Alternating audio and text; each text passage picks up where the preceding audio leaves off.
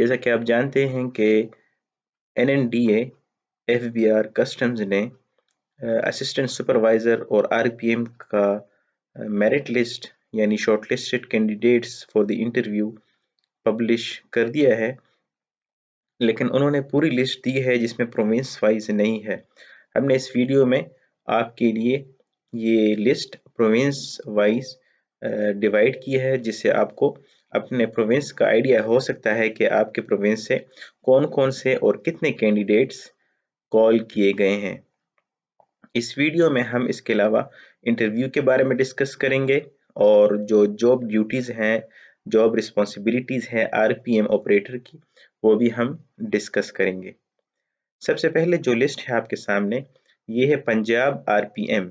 ये वीडियो सिर्फ RPM के रिलेटेड है, असिस्टेंट सुपरवाइज़र की वीडियो बाद में आएगी। इस लिस्ट में आपके पास जो आपके सामने नाम आ रहे हैं, ये ओनली पंजाब के हैं। तो टोटल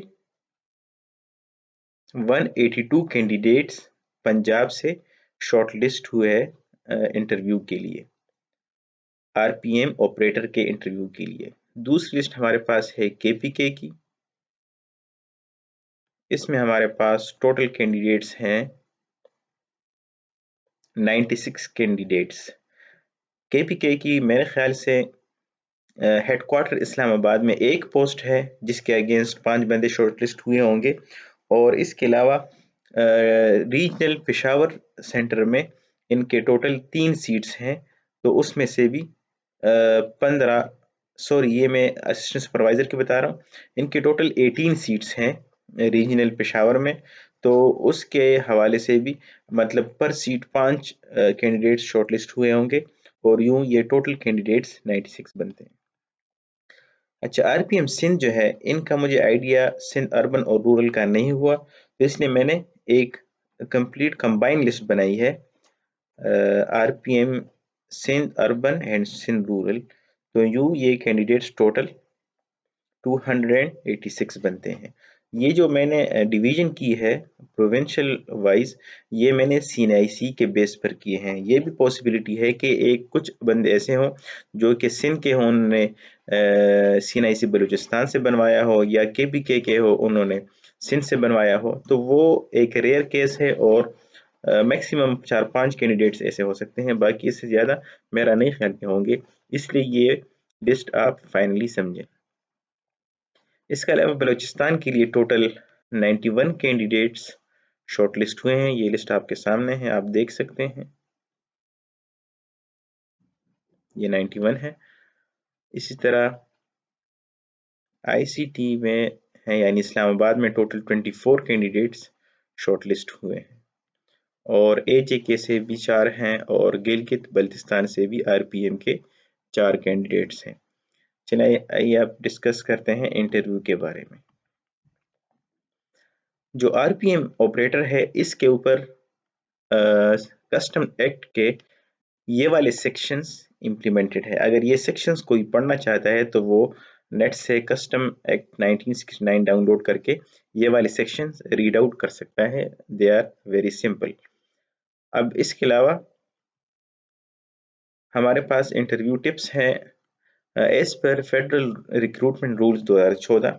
इसमें 30% जो है इंटरव्यू का रोल 30% है, और 70% मार्क्स आपके टेस्ट के काउंट होंगे। इसमें एकेडमिक वगैरह कुछ काउंट नहीं होगा। इंटरव्यू के लिए मेरे टिप्स यही हैं कि आप एक डिसेंट ड्रेसिंग करें, इफेक्टिव इंट्रोडक्शन करें, ऐसी इंट्रोडक्शन जिससे सुनने वाला का दिल करे कि इसकी इंट्रोडक्शन सुनी जाए, और उसमें ये पॉसिबिलिटी भी है कि आपसे इंट्रोडक्शन के हवाले से क्वेश्चंस किए जाए, तो आप इस तैयारी से जाएं कि आप उन क्वेश्चंस के आंसर भी कर सकें। अच्छा, इसके अलावा बेसिक नॉलेज ऑफ RPM, यानी जो मशीन है रेडिएशन पोर्टल मॉनिटर जो है, आप इसको नेट से देख सकते हैं कि ये किस तरह काम करता है, तो इसकी बेसिक चीज़ें भी आप देख लें। इसके अलावा Pakistan current cabinet along with chairman DGs of prominent departments like FIA, IB, NAB etcetera, तो ये आपके पाकिस्तान करंट अफेयर्स में आ जाएंगे। आपको गवर्नर्स के नेम आने चाहिए, ठीक है।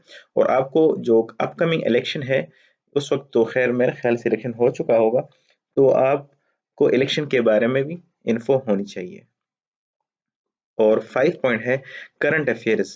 करंट अफेयर्स में आपके पास जो वर्ल्ड वाइड कुछ इवेंट्स हो रहे हैं आप उन पे नज़र रखें।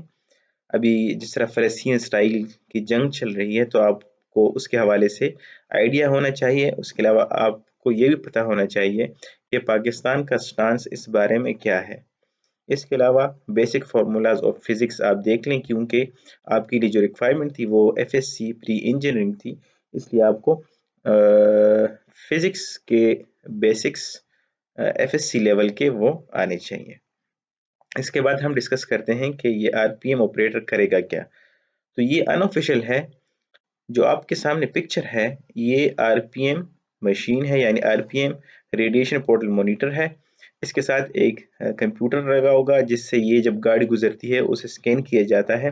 तो इस चीज़ की आपको ट्रेनिंग दी जाएगी कि ये मशीन किस तरह ऑपरेट होता है। मैं अगेन रिपीट कर रहा हूँ, दिस इज अनऑफिशियल।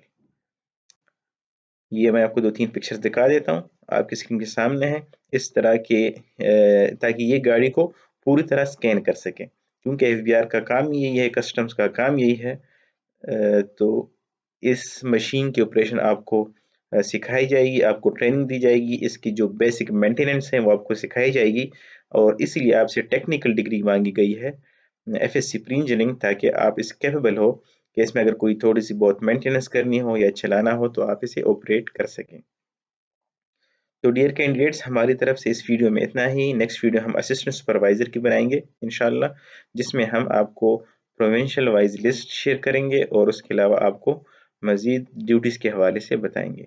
आप सबसे रिक्वेस्ट है चैनल को सब्सक्राइब कर लें, और अगर आपकी कोई क्यूरी है तो आप कमेंट सेक्शन में हमसे पूछ सकते हैं। शुक्रिया।